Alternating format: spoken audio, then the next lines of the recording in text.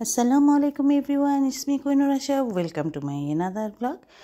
খুব আনন্দের একটা নিউজ আমি 1 তারিখেও একবার শেয়ার করেছিলাম, আজকে সেটার বাস্তবায়ন হলো। আজকে আমার ছোটো মেয়ে ডেন্টাল সার্জন হয়েছে। সে তার চেম্বার উদ্বোধন হলো। এমনি তো সে রিয়াজ স্যারের আন্ডারে কাজ করছেই, তারপরেও আমার বাসার কাছে জালালাবাদ টাওয়ারের এখানে একদম টাওয়ারের কাছেই ওদের আজকে থেকে চেম্বার শুরু হলো। আগামীকাল থেকে ইনশাল্লাহ রোগী দেখা শুরু হবে। তো আজকে ওপেনিং হলো, সেই ওপেনিংয়ের সুন্দর মুহূর্তগুলোই আপনাদের সাথে শেয়ার করছি।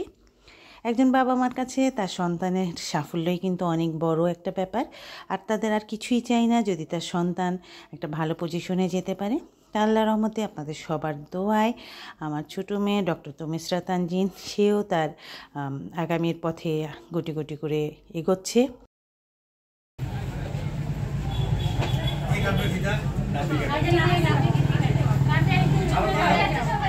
আম্মুকে একটু ভিতরে ঢুকতে বলো, আম্মুকে দেখা যাচ্ছে না। নাফিকে একটু উঁচা করো, কিভাবে কাটবে।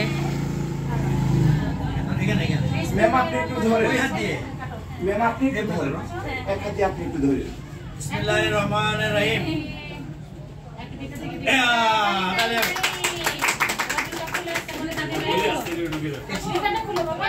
নাফিকে দিয়ে ফিতা কেটে আসলে আজকে ওর চেম্বারের ওপেন হলো।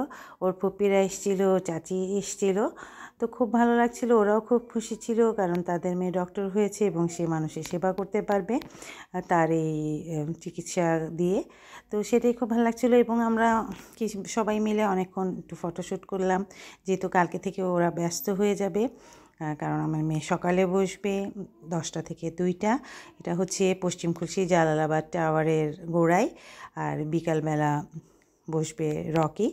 তো যাই হোক, খুব ভালো লাগছে, কারণ আমার মেয়ে তো সে বিকালে তার আরেকটা চেম্বার আছে, সে বিকাল পর্যন্ত 2 বেলাই সময় দিতে পারবে না। তো ভালোই লাগছে, যেহেতু পরিচিত সবার সাথে সবাইকে একটা সার্ভিস দিতে পারবে এলাকার ভিতরে। খুবই ভালো লাগলো। সবাই দোয়া করবেন সব সময়। এই তো আমরাও একটু একসাথে দুজনে ছবি তুলে নিলাম মেয়ের সাথে।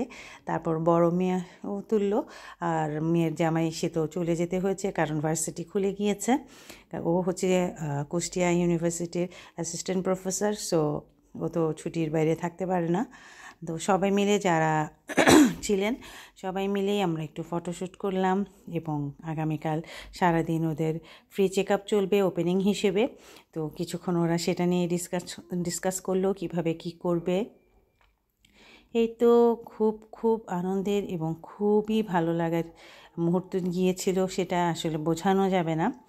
আমার মনে হয় সব বাবা মায়ের অনুভূতিটাই একই রকম হয়।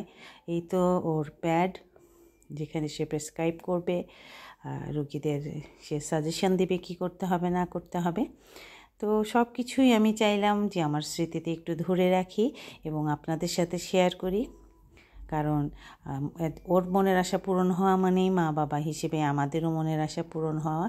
আর এই তো ওর নামটা যখন দেখি তখন কিন্তু খুবই ভালো লাগে, আর একটা অন্যরকম অনুভূতি, যেটা সবসময় বলি, বারবার বলি। তো সবাই ভালো থাকবেন, দোয়া করবেন আমার জন্য, আমার মেয়ের জন্য এবং আমার পুরো পরিবারের জন্য। আল্লাহ হাফিজ।